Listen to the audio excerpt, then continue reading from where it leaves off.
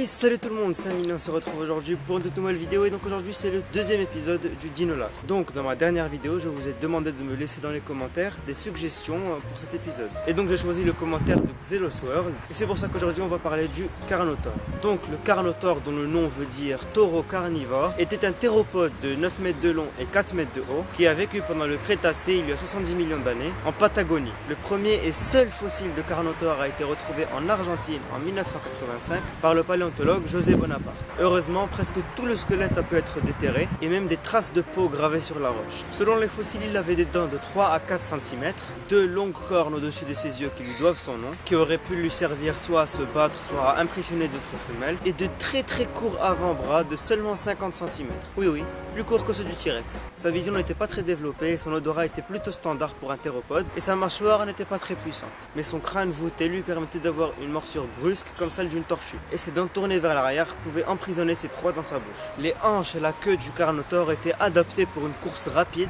et ses cuisses représentaient 15% de sa masse corporelle. Il était forcément plus rapide que le T-Rex, et probablement même le plus rapide des théropodes, avec une vitesse de pointe allant jusqu'à 40 km/h.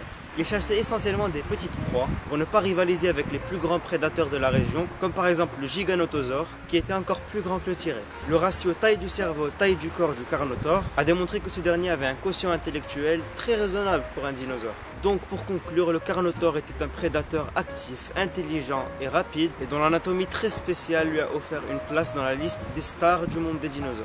Voilà, c'est tout pour aujourd'hui, merci d'avoir regardé cette vidéo. Donc n'oubliez pas de mettre dans les commentaires des suggestions pour l'épisode prochain. Si vous avez apprécié cette vidéo, n'hésitez pas à l'aimer, commenter et partager.